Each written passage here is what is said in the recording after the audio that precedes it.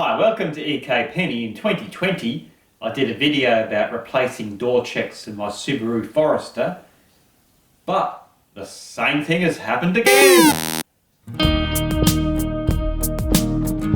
So in 2020 I replaced the door checks on the two front doors and the back left. The back right was done by the dealership in 2019, so the back right door is the oldest door check, and that's really floppy again. The other doors aren't too bad, so I might do them later. So the back right door, I'm going to do a different technique. Instead of replacing the whole door check, I've ordered from AliExpress some parts to fix the door check, so I can take out the existing door check, fix it up and reinstall it, and hopefully the back right one will be nice and stiff again. And then I'll see down the track I might do the other doors, because the other doors are done 3 years ago. They're a little bit loose, but the back right was done 4 years ago and it's definitely stuffed. It's not staying open, especially if the car's on a slope. The door keeps slamming shut. It's just so annoying. You can see this previous video to see how to take the doors off in the 2013 Subaru Forester. So let's go ahead, take out that door check on the back right door, fix it up and reinstall it. So this door was the first one done by the dealer in 2019. So it's 4 years ago and the door check is stuffed again, especially when the car's on a slope. It's really loose. It's a real pain in the backside. So the front ones and the rear left I did in 2020, 3 years ago. The previous video I'll show you how to do it. So it's a screw behind here in the 2013 Forester, screw in the armrest, and the rest of the door just pulls off, but see the previous video for more details.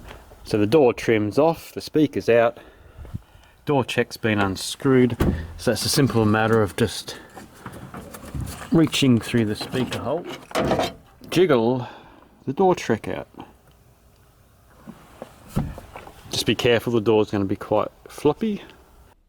So when removing the door check, loosen the body bolt, close just a little bit, close the door almost closed, and then just manually with an extension take the bolt out the rest of the way. Then open the door. That way the door check's in the closed position. It's much easier to remove the rubbers. So I'm in the ecopenny workshop. So I've got my repair kit. So what I'm going to do is replace these two bits in the door check instead of replacing the whole door check. So hopefully this does a trick, because according to the manufacturers, this is a bit that wears out in the door check. So these plastic bits clamp against here, and there's little cutouts. If they can't clamp properly, they can't grip into these cutouts and hold the door open. Don't use your best chisels for this. Just got to get these tabs bent up. So those white bits, those plastic bits in the middle, are what wears out. Going to fiddle to get those out and replace the white bits with these new black bits. So I don't know if you can see the old ones, this middle bit is just completely worn away. This one's partially worn away, whereas the new ones, they've got a much better ridge at the top here. They give some packing grease, so I'm going to put some grease in with the new ones and stick it all together. So replacing these old worn parts. Basically for the less than the cost of one of these, I've got the parts to replace the door checks in 4 doors. You're not throwing away all this metal, you're reusing most of it, which is much more environmentally sensible. So the grease is in a pouch. They supply these cotton buds, so I'm going to grease all this and also the new parts as well. So I'm ready to reassemble these parts. So just a quick tip, try and do it on this end of the door check because it's a bit narrower, so you can squish everything together and then try and shove this bit on when you're on the skinny bit of the door check. Almost there. A pipe wrench might help just to hold it. So I've got to squeeze it and try and get those tabs back on again.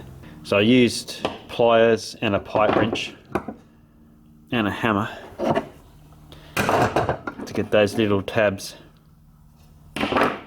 bent back over. There's 4 tabs, so they're all done. I'll re-grease the rest of this and whack it back in the car. Had to put the door check in, bolt it to the door with the 2 nuts, and then go inside the car, almost close the car door to get this final bolt in, because the door check's in the almost closed position and it's quite stiff to move, which is good. It's what you want. So the refurbished door check is in. Much better. You can feel the difference. Clicks in each location. Just got to reassemble.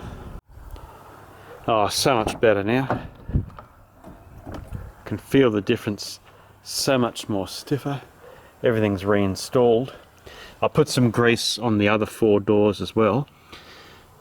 So maybe that makes it wear out more if it's not lubricated enough. So the other doors were done 3 years ago, the back one and the 2 fronts.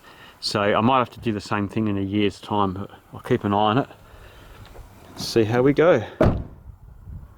But just fixed it without replacing the whole door check. Keeping the 2013 Subaru Forester diesel running a bit longer. So I hope you enjoyed that video fixing the door check instead of replacing the mechanism, actually taking it apart and fixing it. So thanks to the guys in Turkey that created that product, available through AliExpress. So thoroughly recommend that product. It's a lot cheaper than replacing the whole door checks, and also better for the environment because you're not throwing away the whole door check, you're just throwing away the plastic bits that have worn out. So I can keep the Subaru Forester going for a bit longer. So it's a nice 10-year-old Subaru Forester turbo diesel. It's good to keep your existing car, maintain it and look after it, because if you get a whole new brand new car, a brand new electric car, there's a lot of environmental cost in making a whole new car, whole new electric car, mining lithium for the batteries, all that sort of thing. So if you've got an existing car, maintain it, look after it and keep it going. It's actually better for the environment. So thanks for watching. See you next time. Catch you later.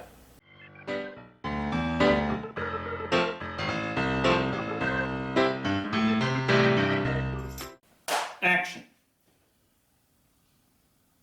Hi, welcome to Eco. The camera's crooked. Who set up the camera?